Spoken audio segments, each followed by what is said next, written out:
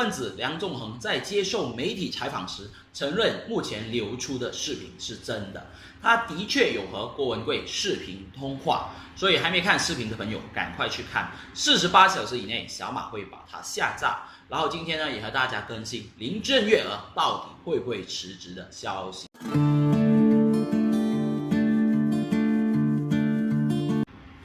Hello， 大家好，今天是2019年6月30日，卡坤卡，这里是小马识途，不是老马糊涂。小马人在泰国的最后一天，依然和你聊一则你感兴趣的时事新闻。喜欢的话，帮我按赞、留言和分享出去，记得按订阅和旁边的小铃铛，让我可以完成对销售员的10万挑战。然后每天有新视频更新的时候，你就会第一时间接得到。而今天小马想和你聊两件事情。第二，港独分子梁仲恒已经承认了当日他所流出的这个视频是真的，他的确有和郭文贵视频通话。第二，林郑月娥到底会不会辞职？而这个梁仲恒，我们知道他是香港民族阵线的召集人，在日前呢，他就积极参与反修例的这个示威，而在网上就流传了一段影片，就是这个被中国大陆通缉的中国富豪郭文贵呢，与梁仲恒呢就进行了这个视像对话。背景呢就是金钟的这个马路，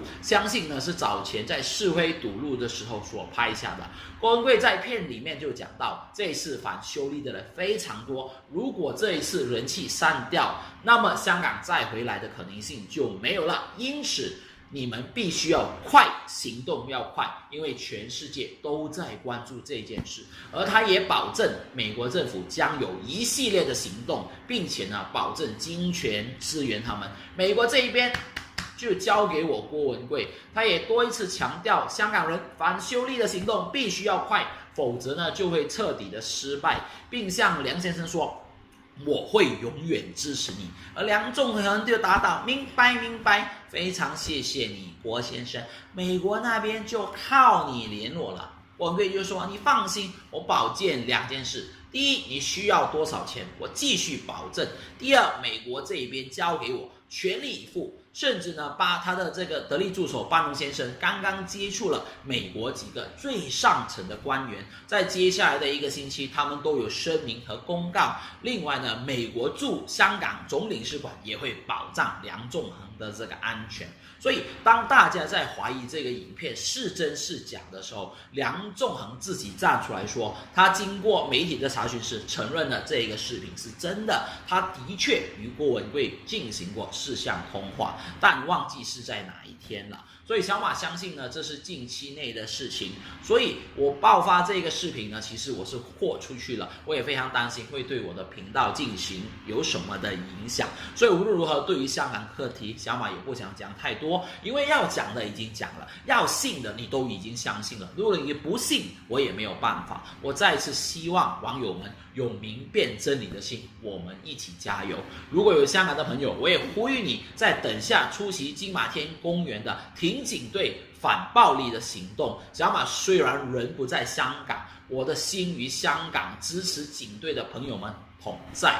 第二，我们也看到，根据香港媒体的消息呢，林郑月娥其实已经做了决定，她是不会辞职的，她将会继续服务香港。所以直接否认了他辞职的这个传闻，也打脸了肖若元之前所说林郑呢已经向北京中央辞职了，甚至说推敲下一任的香港特首会谁呢？所以我看向呢这个肖老先生呢是被打脸了，所以他蛋蛋会不会疼呢？而这个消息呢是林郑当他星期4在香港礼宾馆会见一批商界人士时，他就说我会继续服务香港，我是不会辞职的。然后对于他做的任何决定呢，其实北京中央当局呢是给予他全力的支持，因为这才符合了香港1国2制高度自治的这个原则。然后他也补充，他会支持警方的执法，因为我们知道在上1个月以来呢，香港就爆发了这个严重的反对修订逃犯条例的这个风暴，很多泛民主派的议员呢要求林郑月娥下台，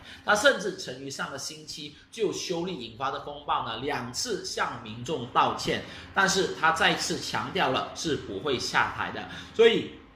今天这个消息呢，是再次坚定了他当初的立场。不过呢，令小马更担心的是，就是这个反送中示威的活动呢，至少会延期到星期一，就是明天是香港回归中国的22周年，人家又称这个7·1。而在每一年湾仔的金紫荆广场，按惯例呢，都有这个升旗的仪式，而特首呢及主要官员都必须出席。我预测社会子呢，必须会号召很多人在当天呢是挤爆这个金紫荆广场，务必令这个升旗仪式无法举行，因为唯有这样才能够让中国大陆呢是没有面子啊。所以呢，这件事情是令我非常担心的。所以有鉴于此呢，香港政府其实是做了几个应变措施的，因为现在香港整个社会状况以及出于安全考虑，他们做了以下的几个措施：一，7·1的这个升旗礼呢，将不会安排学生及制服团体出席的。第二，整个旗礼呢，估计会转移到室内进行，是其中一个考虑方案之一。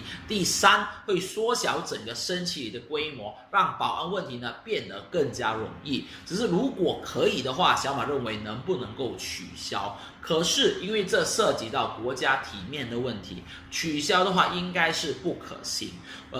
难道我们要就像警方要向这些恶势力低头吗？可是呢，实际的情况如何，我们明天就知道了，到时再和大家播报一下。另外呢，我们也想和大家更新一下香港目前的这个状况，因为社会的不稳定，其实越来越多旅客他们非常担心。在香港的话，无论是他们的个人安全啊，导致到许多商务的旅客，他们也选择不到香港。如果一定要到香港的话，他们会减少逗留的天数。所以可以说，这次行动直接重创香港酒店以及零售业，导致到情况非常不乐观。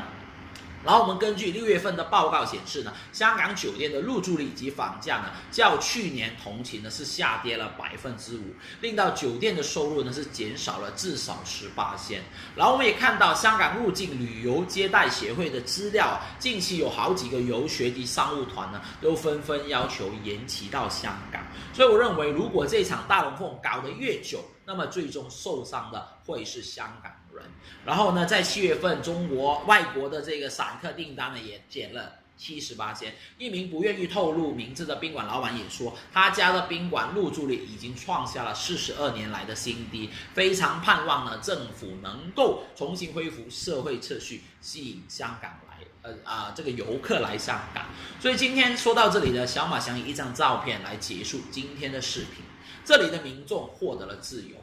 可是呢，他们失去了一切。那么你认为值得吗？当然，这个答案每个人有不同。我希望大家可以留言讨论，分享你的意见，你所注重的东西是什么？这里是小马识途，不是老马糊涂。小马人在泰国最后一天，依然和你聊一则你感兴趣的时事新闻。喜欢的话，帮我按赞、留言和分享出去。记得订阅和按旁边的小铃铛，让我们可以完成对销售员的10万订阅挑战。然后每天有新视频的话，就会第一时间和大家更新。然后今天小马穿这件衣服造型是不是和我相似？如果大家喜欢的话，我会找造型师去设定这样的衣服，可能是送给大家，又或者大家喜欢支持小马的话，可以买这一类型的这个 T 恤。我们明天见，拜拜。通过这次的反逃法，他们成功的已经